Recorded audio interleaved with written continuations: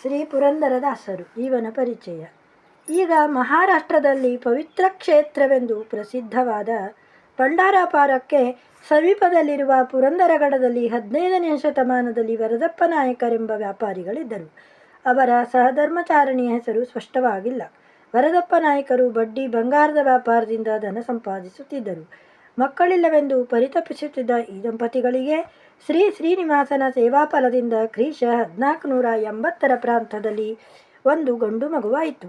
ಶ್ರೀನಿವಾಸನ ವರಪ್ರಸಾದಿಯಾದ ತಮ್ಮ ಮೆಚ್ಚಿನ ಮಗನಿಗೆ ಆ ದಂಪತಿಗಳು ಶ್ರೀನಿವಾಸ ನಾಯಕನೆಂದು ಹೆಸರಿಟ್ಟರು.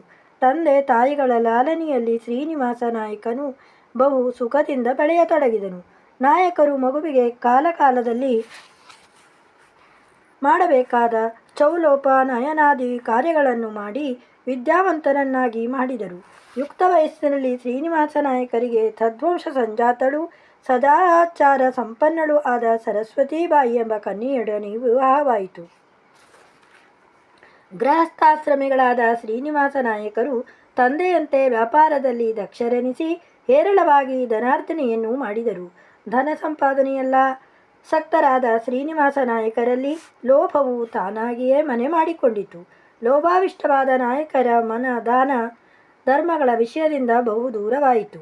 ಅರಿಯದೆ ಕತ್ತಲೆ ಮನೆಯನ್ನು ಸೇರಿ ದಿಕ್ಕುಗಾಣದೆ ಹೋ ಎಂದು ಅಳುವ ಕಂದನನ್ನು ಕಂಡು ನಗುತ್ತಾ ಧಾವಿಸಿ ಬಂದು ಎತ್ತಿ ಬಿಗಿದಪ್ಪಿ ಕನಲಿಕೆಯ ಕಳೆಯುವ ಜನನಿಯಂತೆ ಭಕ್ತ ಬಂಧುವಾದ ಶ್ರೀಹರಿ ಭಕ್ತನು ತನ್ನ ನಿಜ ಸ್ವರೂಪವನ್ನು ಮರೆತು ಸಂಸಾರದಲ್ಲಿ ಬಿದ್ದು ಬಳಲುತ್ತಿರಲು ತಟಸ್ಥನಾಗಿ ಕೈಬಿಡದೆ ಭಕ್ತನಿದ್ದಲ್ಲಿಗೆ ತಾನೇ ಬಂದು ಭವ ಭಯವನ್ನು ಹರಿಸುವನಷ್ಟೇ.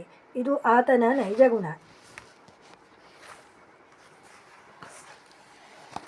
ಪ್ರಕೃತ ಕಥಾನಾಯಕರಾದ ಶ್ರೀನಿವಾಸ ನಾಯಕರ ವಿಷಯದಲ್ಲೂ ಶ್ರೀಹರಿ ಅದೇ ವ್ಯವಹಾರ ಮಾಡಿದನು.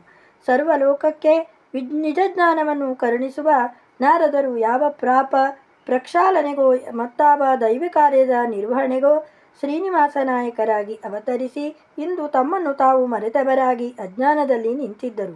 ಭಕ್ತರು ಮತ್ತು ಭಗವಂತನ ಮಧ್ಯದಲ್ಲಿ ಮಾರ್ಜಾಲ ಕಿಶೋರ ನ್ಯಾಯ, ಮರ್ಕಟ ಕಿಶೋರ ನ್ಯಾಯ ಎಂಬ ಎರಡು ನ್ಯಾಯಗಳಿವೆ. ಬೆಕ್ಕು ತನ್ನ ಮರಿಯ ಬಾಧ್ಯತೆಯನ್ನು ತಾನೇ ಸಂಪೂರ್ಣವಾಗಿ ಹೊತ್ತಿರುತ್ತದೆ. ಮರಿಯ ಕರ್ತವ್ಯವೆಂಬುದು ಅಲ್ಲಿ ಏನೂ ಇರುವುದಿಲ್ಲ. ಕೋತಿಯ ವಿಷಯದಲ್ಲಿ ಇದು ಭಿನ್ನವಾಗಿರುತ್ತದೆ.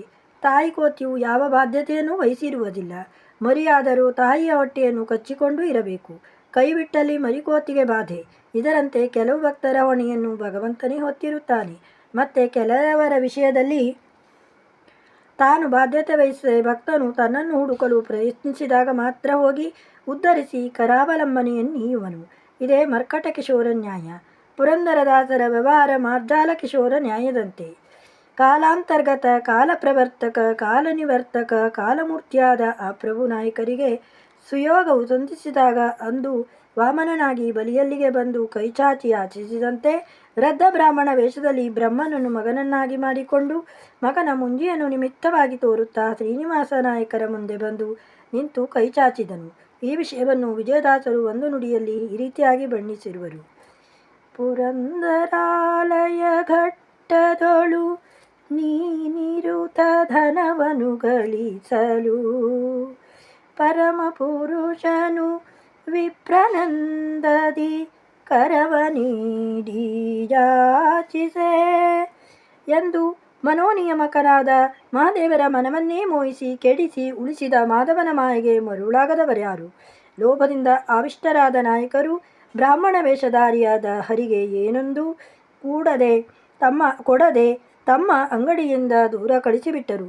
ಶ್ರೀನಿವಾಸ ನಾಯಕರು ದಾಸರಾದ ಮೇಲೆ ಹಿಂದೆ ತಾವು ಧನಮದದಿಂದ ಲೋಭಿಗಳಾಗಿದ್ದುದನ್ನು ಮತ್ತು ಸ್ವಾಮಿ ಬಂದು ಕೈಚಾಚಿ ಯಾಚಿಸಿದರೂ ಏನೆಂದು ಕೊಡದೆ ಕಳುಹಿಸುವುದನ್ನು ಒಮ್ಮೆ ನೆನೆದು ಬಾಧೆಪಟ್ಟರೋ ಎಂಬಂತೆ ಭಿನ್ನಕ್ಕೆ ಬಾಯಿಲ್ಲವಯ್ಯ ಅನಂತ ಅಪರಾಧ ಎನ್ನಲ್ಲಿ ಇರಲಾಗಿ ಅನ್ನಮದ ಅರ್ಥಮದ ಅಖಿಲ ವೈಭವದ ಮದ ಮುನ್ನ ಪ್ರಾಯದ ಮದವು ರೂಪ ಮದವು ತನ್ನ ಸತ್ವದ ಮದ ಧರಿತ್ರಿ ವಶವಾದ ಮದ ಇನ್ನು ತನಗೆದುರಿಲ್ಲವೆಂತೆಂಬ ಮದದಿಂದ ಶಿಶುಮೋಹ ಸತಿಮೋಹ ಜನನಿ ಜನಕರ ಮೋಹ ರಸಿಕ ಭ್ರಾತರ ಮೋಹ ರಾಜಮೋಹ ಪಶುಮೋಹ ಭೂಮೋಹ ಬಂಧುವರ್ಗದ ಮೋಹ ಅಸುರಾರಿ ನಿನ್ನ ಮರೆತೆನೋ ಕಾಯರಿಯೇ ಎಷ್ಟು ದೊರಕಿದರು ಮತ್ತಷ್ಟು ಬೇಕೆಂಬಾಸೆ ಅಷ್ಟು ದೊರಕಿದರು ಮತ್ತಷ್ಟರಾಶೆ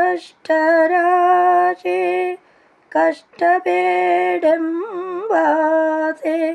ಕಡು ಸುಖವ ಕಾಂಬಾಸೆ ನಷ್ಟ ಜೀವನದಾಸೆ ಪುರಂದರ ವಿಠಲ.